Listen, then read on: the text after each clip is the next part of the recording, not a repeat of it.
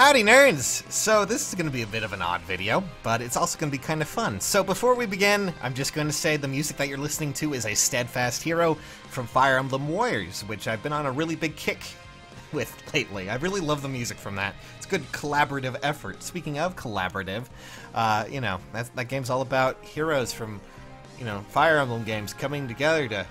Wait a second. Anyways, so a lot of you guys have been talking about representation and talking about, alts and all sorts of other nonsense.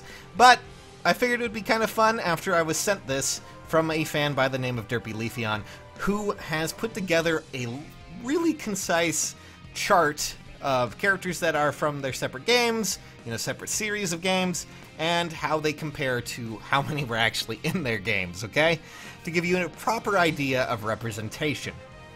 And I figured it'd be kind of fun to take a look and see. So, we're going to go over some rules real quick before we actually go into this. So, for those who are wondering about Fire Emblem Heroes, well, there are 193 heroes that are not alts, seasonals, or legendary alts in the game.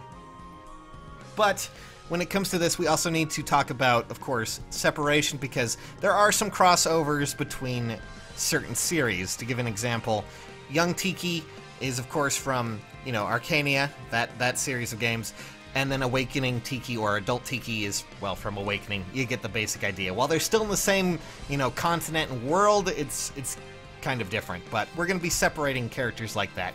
Give you another example, Black Knight and Zelgius will be counted as separate characters, but we will be including characters that are in the game, but don't have their actual normal representation. Another example, Inigo and Charlotte. Those, of course, will be counted because, there's no normal Charlotte yet. Either way, Fallen Heroes and, like male Robin and female Robin will be counted as separate heroes as well. Now, let's take a look at the first chart. This, of course, is the amount of playable characters that are in a game from any of these series, okay? So they're going to be just brought together to give you an idea. So, here is that list right there. Here's that chart. So, to give you an example, and let's go over everything real quick. Arcania, I almost said Arachnia. Arcania is going to include Shadow Dragon and the Blade of Light, Mystery of the Emblem, and of course the two remakes for those two games. Valentia is going to include Gaiden and Shadows of Valentia. Jugdral is Genealogy of the Holy War in Thracia. Elib, I believe that is, sorry if I mess up some of these names, is going to include the Binding Blade and the Blazing Blade. Magval is Sacred Stones. Teleus is, well, that's Radiant, the Radiant Saga. Path of Radiance, Radiant Dawn.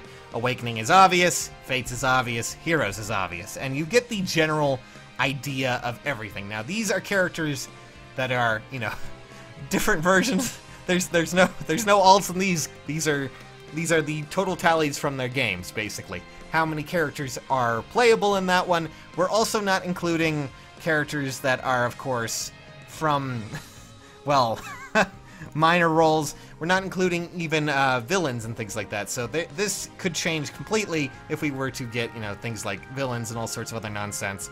Derpy Leafeon specifically mentioned the problems with things like Jugdral, which already has 109, and things like Awakening, which apparently has a lot of villains and things like that, and minor NPCs that you can just take a look at. We're also not including, of course, amiibo support, anything like that. But you get the basic idea. So, how exactly do things stack up? Well, you can see that Jugdral has a lot of units. So does Elib. So does, Arcania. And even, Fates has probably, quite a little bit more than I originally imagined they would. And then Awakening has 51. You get the basic idea. All in all, that is essentially all of the characters that are playable in their games completely. And you get the whole of the pie chart, in a sense.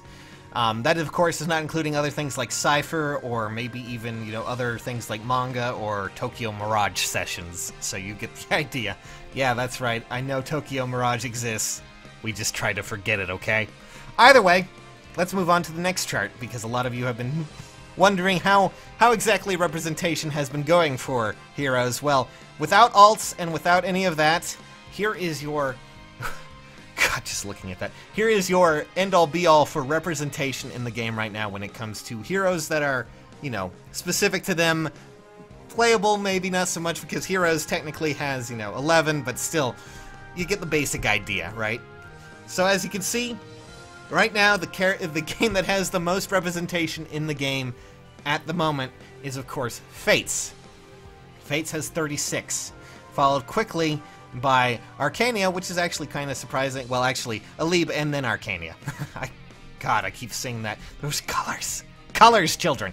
But as you can see, Alib and then, of course, Arcania, followed quickly by Awakening, which, I would have thought that they would be doing more with Awakening. But then again, when it comes to solid characters and the ones that they are using, not including ults, you get the basic vision, right? You get the idea.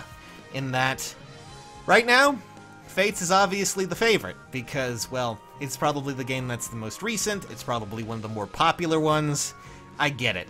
But I do think that we need some more Teleus love, we need some more, Judge roll, we need more characters from things like that. And I'm hoping that as we go along, we'll start to see more of this, because banners obviously are going to continue on with this trend, at least for a little bit. Chances are we're going to get one ult and 2 characters from that game, maybe a little bit more, who knows. But it's fun to see how these characters, how the, I guess the divide kind of creates itself when it comes to this. What characters they tend to aim for when it comes to characters they add to heroes. It's a pretty interesting chart, pretty interesting list, and I can't really thank Derpy enough for sending this. And it's fascinating, honestly. I really like it. So again, check out the links in the description for all of that information. And they're going to continue to update this list as they go along, but it's pretty good, I have to say. Thank you for sending me this chart, by the way, Derpy. It's just fun to see. Honestly, it's crazy. Fates, still getting a lot of love, but that's no surprise, really. What do you guys think? How do you feel about representation when it comes to these heroes, huh? Do put it in the comments, guys. I'll catch you later. Thanks for watching.